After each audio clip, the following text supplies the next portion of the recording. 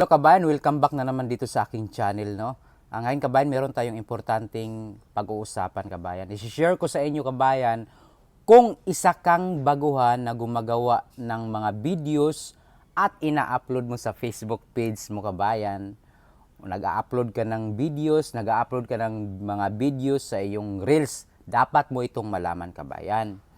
Dapat kabayan, kung gusto kang ma-monetize yung channel mo at hindi ka nababiolation, wala kang copyright, wala kang issue, kahit ano man yan kabayan, dapat iwasan mo na kabayan kung bago ka lang. Maniwala ka sa akin kabayan, kung nakita mo man itong video ko, i-share mo ito sa kaibigan mong nag-Facebook page, i-share mo kasi nga marami na akong karanasan dito kabayan. At alam ko na naging problema din sa akin to. Kung bago ka pa lang sa mga ganitong bagay kabayan at gusto mong kumita ng pera, sundan mo ang aking tips. Okay? Kung nag-upload ka sa Facebook page videos mo, ma-reels man or saan ka man nag-upload basta sa Facebook page, iwasan mo gumamit ng music background. Kahit saan, kahit dyan pa yan galing sa Facebook mo, makikita mo sa Reels, 'di ba? May Facebook, may Reels diyan, may nilalagay diyan na music, 'di ba? Pwede mong gamitin. Huwag mong gamitin kabayan, gumawa ka ng video nang walang music kabayan, background music. Iwasan niyo kabayan. Kasi kabayan, pagdating ng panahon, kayo lang din ang mahihirapan kabayan.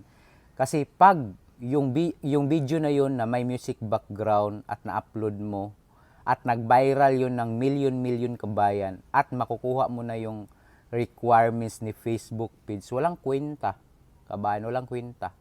Kasi nga kabayan, 100% kabayan may mga violation yan kabayan. Pwede ka lang gumamit ng mga ganyan kabayan na mga music background pag monetize na yung channel mo. Kasi once na mag-upload ka ng video sa yung Facebook page at monetize ka na, makikita mo doon na bawal pala yung kung ang video na background music mo ay copyright, ay makikita mo. Kasi yung hindi ka monetize kabayan, pag mag-upload ka talaga sa Facebook page mo, hindi mo makikita na yun pala, may violation pala kasi hindi siya makikita, hindi mag-notify kabayan sa iyong Facebook page, walang message na darating sa iyo na copyright ka pala. Pero pag monetize ka na, makikita mo na copyright ka na at pwede mong i-delete. Kaya mag-ingat ka dito ka Facebook page kabayan, kay Meta kabayan.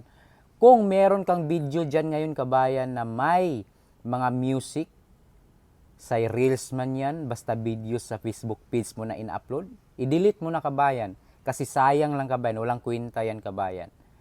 Maniwala ka man o sa hindi kabayan, walang kwenta yan kapag hindi ka na monetize.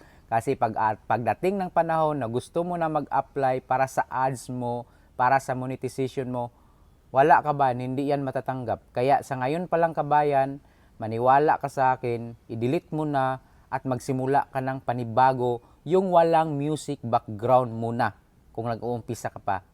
Diyan ka na maglagay ng music background pag monetize ka na sa channel mo. Okay kabayan, sana ay nakatulong sa iyo kasi marami akong ma-experience dito kabayan.